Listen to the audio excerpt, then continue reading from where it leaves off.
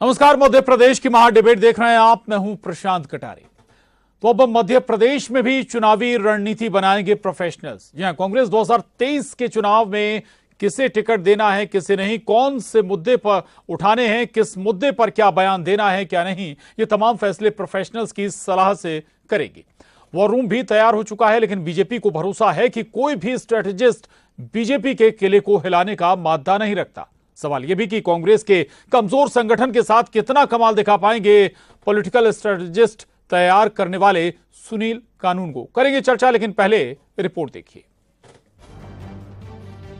मध्य प्रदेश में चुनावी रणनीति तैयार करने कांग्रेस प्रोफेशनल्स की सेवाएं लेने जा रही है। सांसद नकुलनाथ के बंगले में तैयार हुए वॉर रूम में न्यूज 18 की टीम पहुंची। मिशन 2023 को पूरा करने के लिए कांग्रेस पार्टी अब चुनावी रणनीतिकारों की मदद लेने की तैयारी में, और बताया जा रहा है कि भोपाल में कांग्रेस के जो सांसद हैं नकुलनाथ, उनके सरकारी आवास को वॉर रूम बनाया गया है। ये B32 जो है सरकारी बंगला, ये कांग्रेस का वॉर रूम होगा। और सबसे बड़ी बात है कि कभी प्रशांत किशोर रणनीतिकार के करीबी रहे सुनील कानूनगोलू की टीम अब मध्य प्रदेश में 2023 के चुनाव से कांग्रेस को मजबूत बनाने का काम करेगी। 2023 विधानसभा चुनाव का कैंपेन डिजाइन जो है सुनील कानूनगोलू की टीम करेगी। ये बंगले की तस्वीरें हैं नकुलनाथ की, जहां पर वॉर रूम तैयार किया जा रहा है। प्रशांत किशोर के जो करीबी रहे सुनील कानूनगोलू, उनकी कंपनी कांग्रेस के लिए अब चुनावी रणनीति बनाने का काम करेगी। प्रोफेशनल चुनावी रणनीतिकार को जो है कमलनाथ ने जिम्मेदारी सौंपी है। चुनावी रणनीतिकार सुनील कानूनगोलू इसी वॉर रूम में बैठकर कांग्रेस के लिए स्ट्रेटजी तैयार करेंगे। कांग्रेस मीडिया विभाग के अध्यक्ष के मिश्रा कहते हैं, बीजेपी सरकार को घेरने हर संभव कोशिश की जाएगी। ऐसी कोई अधिकृत सूचना हम लोगों के पास नहीं है।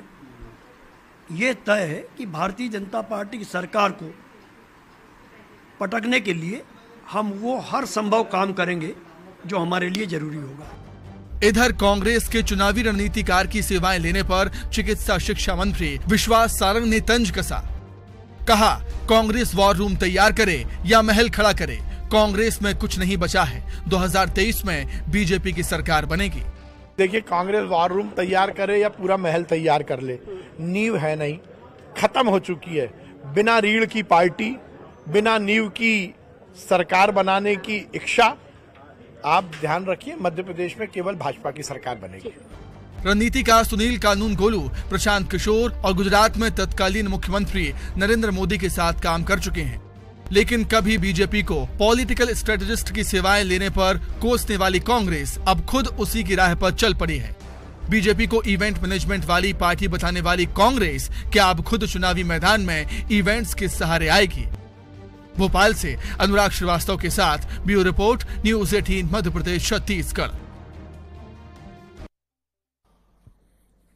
तो 23 की तैयारियों के लिए, चुनावी रणनीति बनाने के लिए वॉर रूम सजने लगे हैं। और इस बार कांग्रेस विशेष तौर से जहां पॉलिटिकल रणनीति तैयार करने वाले प्रोफेशनल्स की सेवाएं लेने जा रही हैं। सुनील कानूनगो एक ऐसे ही चेहरे हैं। सुनील कानूनगो जो कि न केवल प्रशांत किशोर के साथ काम कर चुके हैं गुजरात में, बल्कि प्रधानमंत्री नरेंद्र मोदी जो गुजरात में जब मुख्यमंत्री हुआ करते थे, उनके लिए भी सुनील कानूनगो सेवाएं दे चुके हैं, काम कर चुके हैं। और ऐसे में सुनील कानूनगो, हालांकि ऐसा नहीं कि मध्य प्रदेश में अकेले सुनील कानूनगो कांग्रेस के लिए काम कर रहे हैं। इससे पहले सुनील कानूनगो कर्नाटक के लिए भी कांग्रेस के लिए रणनीति तैयार कर रहे हैं। लेकिन सवाल यह कि अब क्या केवल रणनीतिकार या फिर प्रोफेशनल्स के सहारे क्या कमाल कांग्रेस दिखा पाएगी, ये अपने आप में जरूर सवाल है। और चूंकि संगठन को लेकर भी लगातार कांग्रेस के सवाल उठते रहे, राजनीतिक जो विशेषज्ञ हैं वो सवाल उठाते रहे हैं, ऐसे में ये सवाल जरूर उठेगा कि चुनौतियां कितनी रहेंगी। जो रणनीतिकार बनाने वाले प्रोफेशनल हैं, उनके साथ तमाम दूसरे उनके सहयोगी भी रहेंगे। इतना ही नहीं, कहा जाता है कि कांग्रेस दरअसल नेताओं की पार्टी है। अलग अलग क्षेत्रों में नेताओं के खेमे या फिर कहें कि नेताओं के नेतृत्व में पार्टी होती है, उन्हें एक करना और एक रणनीति पर चलाना, ये चैलेंज जरूर रहेगा ऐसे प्रोफेशनल्स के सामने। और हालांकि केवल कांग्रेस नहीं बल्कि बीजेपी भी रणनीतिकारों का सहारा लेती रही है। प्रशांत किशोर और जिन्हें खुद प्रधानमंत्री नरेंद्र मोदी गुजरात में लेकर आए थे। और सबसे पहले अगर हम जिक्र करें तो बीजेपी ने ही किसी चुनावी रणनीतिकार या प्रोफेशनल्स की सेवाएं ली थी। इसके बाद अलग अलग राज्यों में इनकी सेवाएं ली गई, जिनमें न केवल दिल्ली शामिल है, पंजाब में भी सेवाएं ली गई, इसके अलावा आंध्रा में भी सेवाएं ली गई और कई दूसरे राज्य जहां पर प्रोफेशनल्स की सेवाएं ली गई। ज्यादातर राज्यों में कुछ सफलता भी हासिल हुई, लेकिन उत्तर प्रदेश जैसे राज्य भी उदाहरण है जहां पर ऐसे प्रोफेशनल्स का कोई फायदा सियासी दल को हासिल नहीं हुआ। मध्य प्रदेश में ये प्रोफेशनल्स क्या गुल खिलाएंगे, ये अपने आप में सवाल बना हुआ है। लेकिन इतना जरूर है कि कांग्रेस इस बार प्रोफेशनल्स की सेवाएं रणनीति बनाने के लिए, खासतौर से कि भाई क्या मुद्दे उठाने चाहिए चुनावी माहौल में, किन मुद्दों पर रिएक्ट करना चाहिए, किन मुद्दों पर रिएक्ट नहीं करना चाहिए, दोनों बड़े महत्वपूर्ण बातें हैं। रिएक्ट ना करना भी बड़ा महत्वपूर्ण मसला होता है। रिसर्च ये तमाम जो टीम है संभव है करेगी। और चर्चा करने के लिए हमारे साथ 3 खास मेहमान जुड़ रहे हैं। आशीष शर्मा जी हैं, विधायक बीजेपी, बहुत स्वागत है आशीष शर्मा जी आपका। रविंद्र तोमर जी हमारे साथ, कांग्रेस विधायक, आपका भी बहुत स्वागत है। और वरिष्ठ पत्रकार रविंद्र दुबे जी हमारे साथ इस चर्चा में जुड़ रहे हैं, आपका भी बहुत स्वागत है। रविंद्र तोमर जी, सबसे पहले मैं आपके पास आऊंगा। भाई, कांग्रेस में रणनीति वाले बनाने वाले नेताओं की कमी हो गई क्या? मतलब ऐसे नेता कम हो गए क्या जो चुनावी रणनीति बनाते हैं? अब प्रोफेशनल्स की आपको मदद लेनी पड़ रही है, तोमर जी? जी फिर से एक बार बताएं, कुछ समझ में नहीं आया। जी प्रोफेशनल्स की आप मदद ले रहे हैं, कांग्रेस में नेताओं की कमी हो गई क्या ऐसे जो रणनीति बनाते हैं? जी ऐसी क्या बात है, प्रोफेशनल अगर कोई अच्छा काम कर सकता है, पार्टी के हित में कर सकता है, तो मुझे लगता है कि ये प्रजातंत्र है। हर किसी की राय मशवरा लेकर के यदि हम आगे बढ़ रहे हैं लोकतंत्र में और लोकतंत्र के हित में काम करेंगे, जनता के हित में काम करना चाहते। राजनीति किसके लिए? जनता के लिए, जनता के लिए, जनता द्वारा जनता की सरकार। ये डेमोक्रेसी में तो यही है। और इसमें अगर हम किसी प्रोफेशनल से या किसी भी व्यक्ति की राय मशवरा उसमें शामिल करते हैं और वो जनहित में है, तो फिर कोई बुराई नहीं होनी चाहिए उसमें, और कोई नया काम नहीं हो रहा है। रहा सवाल नेताओं का, कांग्रेस पार्टी आज की नहीं है, 1885 से बनी हुई पार्टी है जिसने आजादी आंदोलन में भाग लिया। और आजादी आंदोलन में ऐसा नहीं, 7.5 लाख से भी ज्यादा नौजवानों ने इसी कांग्रेस के झंडे को लेकर के अपने प्राण न्यौछावर कर दिए, तब ये भारत में आजाद हुई है। उन काले दिल के गोरे लोगों को भगाने में सबसे बड़ा किसी का योगदान है तो कांग्रेस पार्टी का है। और मैं समझता हूं आज भी स्वतंत्रता संग्राम सेनानी जितने भी देश में हैं, सब कांग्रेस पार्टी से जुड़े रहे। और ऐसा नहीं, इस देश में तमाम शहीद ऐसे हैं, तमाम जिन्होंने अपने प्राण न्यौछावर कर दिए, तात्या टोपे, विश्वेश्वर सुखदेव, राजगुरु आदि आदि, इन सब लोगों ने देश के लिए कुर्बानी दी है। तो पार्टी में ना नेताओं की कमी है, ना समर्पण करने वालों की कमी है, किसी प्रकार की कमी नहीं है। सिर्फ और सिर्फ समझना इस बात को है कि भारतीय जनता पार्टी के जो ढकोसले हैं, जो चाल चरित्र चेहरा है, वो लोगों के सामने आ गया है। और ऐसे नहीं, आप ये देखिए, भारतीय जनता पार्टी ने चाहे केंद्र की सरकार हो चाहे राज्य की सरकार हो, जी ठीक बात है, आजादी में बड़ी भूमिका कांग्रेस की रही है। 15,000 साल से ज्यादा गुजर चुके हैं, बहुत पानी बह चुका है। रविंद्र जी, लेकिन जिसके लिए आप बीजेपी को कोसते रहे, बीजेपी को इवेंट मैनेजमेंट वाली पार्टी आप बताते रहे, अब आप क्या उसी राह पर नहीं चल पड़े हैं?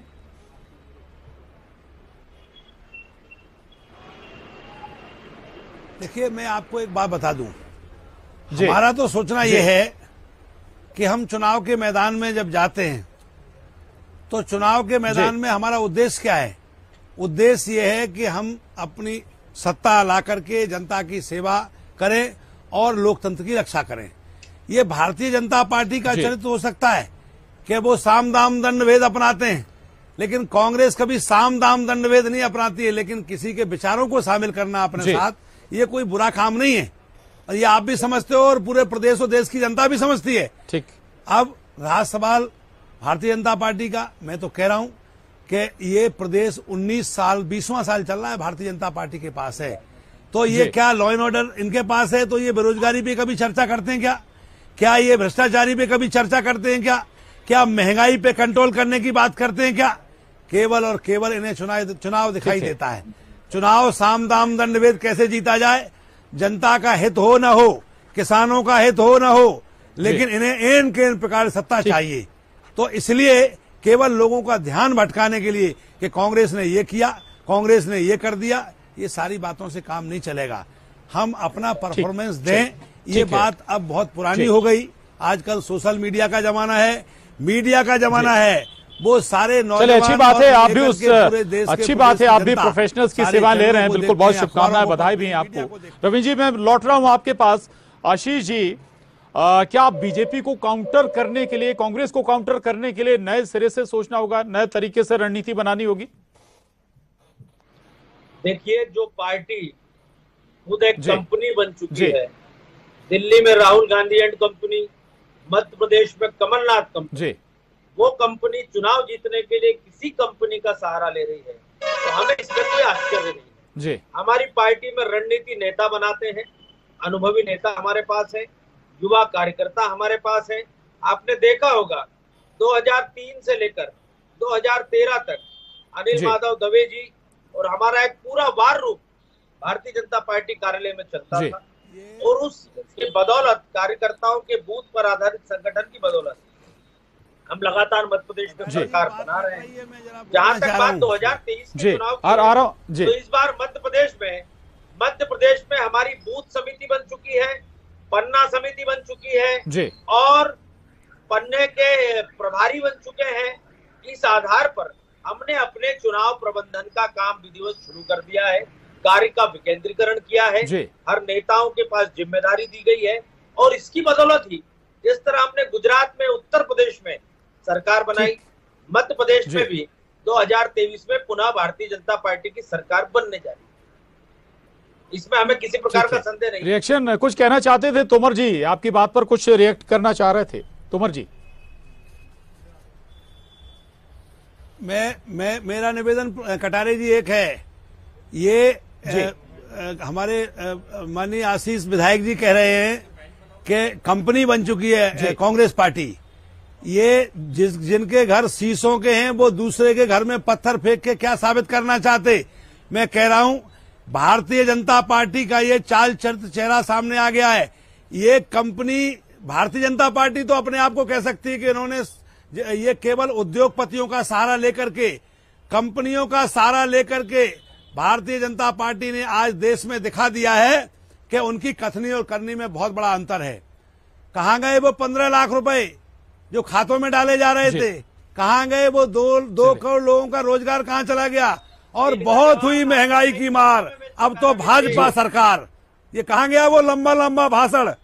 इसका क्या हुआ उस भाषण का? और जंतर मंतर, आशीष जी को बोलने दीजिए, फिर मैं रविंद्र द्विवेदी के पास जाऊंगा। आशीष जी मध्य प्रदेश में ना सही, मध्य प्रदेश में ठीक है, आपके पास बहुत संख्या में ऐसे नेता हैं जो रणनीति बनाने के काबिल हैं, लेकिन दूसरे राज्यों में तो आप लोग भी प्रोफेशनल्स की सेवा लेते रहे हैं। आशीष जी, कम हो गई क्या? जी, भ्रष्टाचारी कम हो गई क्या? मध्य प्रदेश की जनता, मध्य प्रदेश में सुन लीजिए रविंद्र जी, मध्य प्रदेश में भारतीय जनता पार्टी का काम बहुत पुराना है। कुशाभाऊ ठाकरे से लेकर सुंदरलाल पटवारी जी, कैलाश जोशी, राजमाता विजय राजे सिंधिया जी, प्यारेलाल खंडेलवाल जी, छत्तीसगढ़ कई राष्ट्रीय नेता मध्य प्रदेश की धरती ने दिए। और इसलिए मैं ऐसा मानता हूँ कि अलग अलग राज्य की अलग अलग आवश्यकताएं होती है, अलग अलग जगह अलग अलग रणनीतियां कारगर होती है। किसी राज्य में कोई रणनीति कारगर हो, वो रणनीति अगले राज्य में भी काम आ सके, ऐसा नहीं होता। इसलिए काल परिस्थिति और समय के हिसाब से ठीक है। रविंद्र जी सुन लीजिए आशीष जी को, फिर मैं रविंद्र द्विवेदी जी के पास जाऊंगा। नहीं, कांग्रेसी सुनना नहीं चाहते, कांग्रेसी सुनना नहीं चाहते। उंगली जब हमें उठाते हैं तो चार, हमारी पार्टी का संगठन अपने आप में मजबूत है। बैसाखियों का सहारा वो ले रहे हैं जिनके खुद के पांव में चलने का साहस नहीं है। भारतीय जनता पार्टी का मजबूत बूथ है, और हम तक इस बार तैयारी और हम इसी बूथ प्रबंधन के दम पर, पेट में हमारे विकास कार्यों के दम पर, अच्छी बात है, पोलिंग बूथ तक तैयारी होनी भी चाहिए। ठीक है, ठीक। रविंद्र द्विवेदी जी को चर्चा में शामिल कर लेते हैं। आशीष जी, रविंद्र जी मैं आ रहा हूं, लौट के आ रहा हूं आपके पास।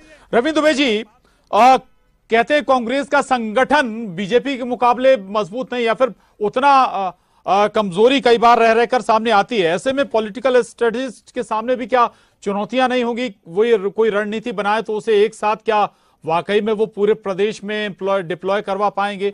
कई और चुनौतियां जिन पर आप रोशनी डालें अगर। रविंद्र जी।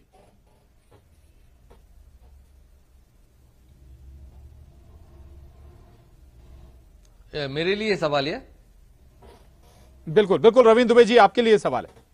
हेलो, मेरी आवाज जी जी।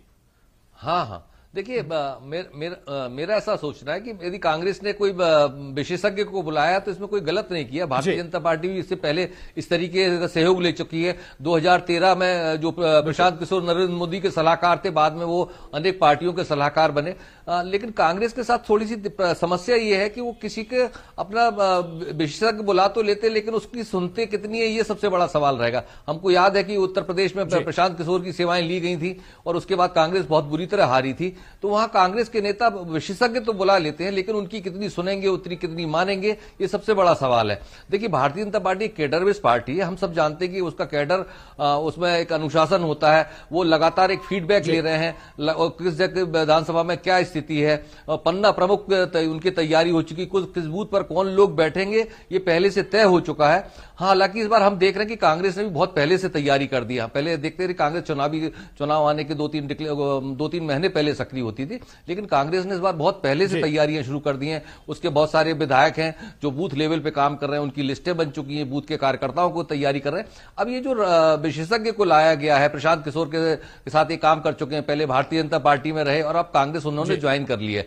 तो कांग्रेस को ज्वाइन करके यदि वो मध्य प्रदेश के चुनाव के लिए रणनीति बना रहे हैं, तो हमें सोचना चाहिए कि जो सोशल मीडिया पर कांग्रेस का वार है वो युद्ध स्तर पर आपको देखने को मिलेगा और भारतीय जनता पार्टी को कड़ी टक्कर देखने को मिलेगी। इसमें कोई इसमें कोई संदेह नहीं। लेकिन जहां तक रणनीति का सवाल है, तो रणनीति में यदि वो सर्वे करेंगे, सर्वे के साथ किस विधानसभा में कौन से मुद्दे हैं, यदि कौन के बड़े नेता कहां पर बुलाए जाएंगे, किस धर्म और किस जात का नेता वहां पर जाएगा तो वोट प्रभावित कर सकता है, ये सब रणनीति का हिस्सा वार रूम में बनेगा। और ये हमेशा से चुनाव ऐसे ही लड़े जाते। पहले कांग्रेस में एक थिंक टैंक हुआ करता था, जहां बड़े नेता बैठ के तय करते रहे कि उनके स्टार कैंपेनर कौन कौन होंगे, कैसे कौन कौन कहां जाएगा।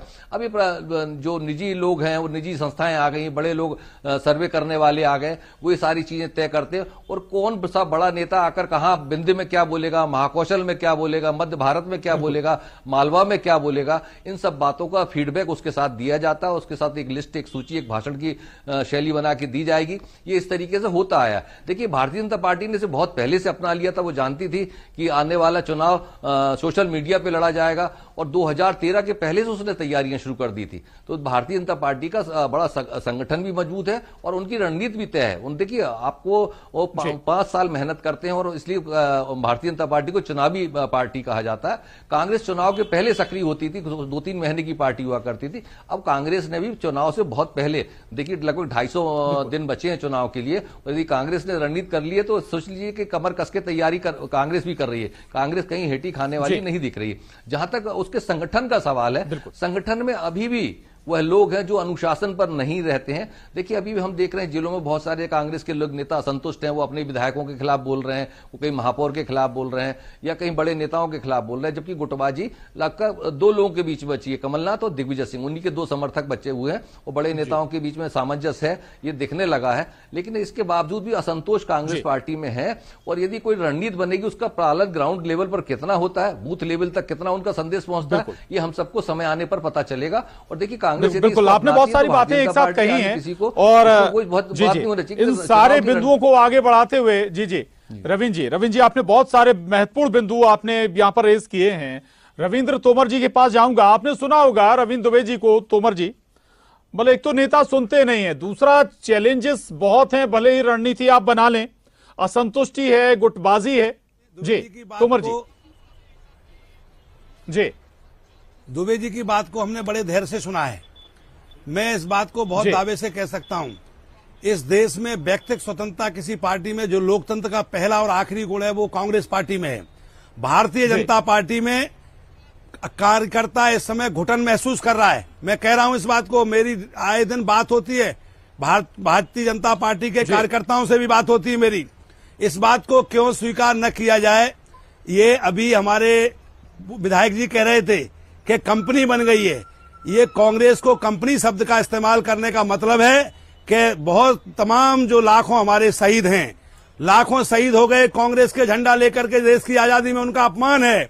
और लाखों हमारे जो स्वतंत्रता संग्राम सेनानी अभी हैं और जो दुनिया से चले गए, उनका अपमान है। इस तरह की जबान पे कंट्रोल करके बात करना, लोकतंत्र के प्रहरी हैं ये और जनप्रतिनिधि हैं, लेकिन इस प्रकार की बात कह के क्या जनता का अपमान नहीं है? क्या उन शहीदों का अपमान नहीं है? ठीक है, इसी बात पर रिएक्शन हम अपना काम करें, आशीष जी, अपना परफॉर्मेंस दें, जल्दी जल्दी हम लोग बात करेंगे जी। आशीष जी बड़ा सीधा आरोप है तोमर जी का कि भाई बीजेपी बोलने की आजादी नहीं है आपके दल में।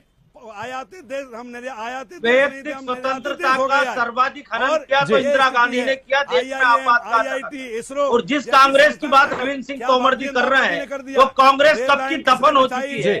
शहीदों के नाम का महिमा मंडन करते हुए अपने लिए सत्ता को प्रयास करना, परिवारवाद को बढ़ावा देना, ये वो कांग्रेस नहीं है जो महात्मा गांधी की कांग्रेस हुआ करती थी।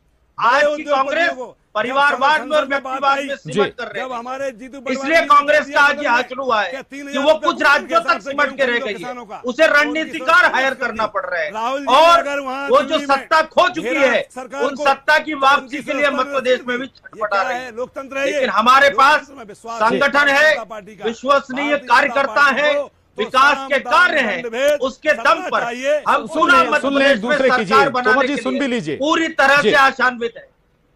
जी चलिए, ठीक है, मैं रविंद्र दुबे जी के पास जाऊंगा। रविंद्र दुबे जी, कांग्रेस के लिए नेताओं की पार्टी कहा जाता है, यानी कि हर क्षेत्र का अलग नेता, और ऐसे में अगर कोई एक रणनीति तैयार होती है, जैसा कि आप जिक्र भी कर रहे थे असंतुष्ट या गुटबाजी, क्या वाकई में उस एक रणनीति पर संभव होगा कि पूरे एक साथ नेता चल जाएं? किसी का टिकट कट गया, स्वाभाविक है रणनीति तैयार होगी, रिसर्च होगी, तो फिर किसी का नाम भी कटेगा, किसी का टिकट भी कटेगा, बगावती स्वर भी दिखेंगे फिर। रविंद्र दुबे जी, देखिए, हाँ, थोड़ा सा आवाज, सवाल आपका स्पष्ट हो गया था, बीच में लिंक टूट रहा था, फिर से दोहरा देंगे सवाल। बिल्कुल बिल्कुल, जो बात पहले भी हो रही थी भाई, खेमों में बटी हुई कांग्रेस को हम कहते हैं कि भाई नेताओं की कांग्रेस है, अलग क्षेत्र में अलग नेता होता है, स्ट्रेटजी एक बनेगी, लेकिन क्या उस एक स्ट्रेटजी को पूरे प्रदेश में डिप्लॉय करना आसान होगा? लगभग बात वही है जी। नहीं, ये बिल्कुल असंभव स्थिति है। देखिए, बिंद का समस्या अलग है, महाकौशल की अलग है, मध्य भारत की अलग है, मालवा की समस्याएं अलग है, मालवा के वो का चरित्र ही अलग है, व्यापारिक कल्चर है, वहां का किसान वहां बहुत ज्यादा, वहां आदिवासी भी है। इस तरीके से हम देखते हैं महाकौशल का अलग है। तो इस तरीके से यदि एक नीति बनाकर एक पूरे प्रदेश पर लागू करेंगे तो इसमें थोड़ा कांग्रेस को मुंह की खानी पड़ेगी। लेकिन जैसा हम सुन रहे हैं, जिस तरीके से हम पढ़ रहे हैं या जिस तरीके से हमने जानकारी हासिल की है, उसका मतलब यह है कि कांग्रेस हर जिले में, हर विधानसभा क्षेत्र में सर्वे करा रही है, कौन सा जीतने वाला कैंडिडेट है, किसके खिलाफ एंटी इनकम्बेंसी का दौर है, और वहां कौन कौन सी समस्याएं, विधायक ने क्या क्या काम कराए हैं, जो प्रेजेंट विधायक उसने क्या किया, चाहे वो भारतीय जनता पार्टी का हो चाहे कांग्रेस का, उसकी अच्छाई क्या। बिल्कुल, और हर नेता के अपने हित भी, अपनी महत्वाकांक्षाएं भी। अब देखना होगा कि भाई एक स्ट्रेटजी पर वाकई क्या पूरी कांग्रेस चल पाएगी। बहुत शुक्रिया आप तीनों खास मेहमानों का, रविंद्र दुबे जी, आशीष शर्मा जी, रविंद्र तोमर जी, बहुत शुक्रिया, बहुत धन्यवाद। महाडिबेट में बस इतना ही।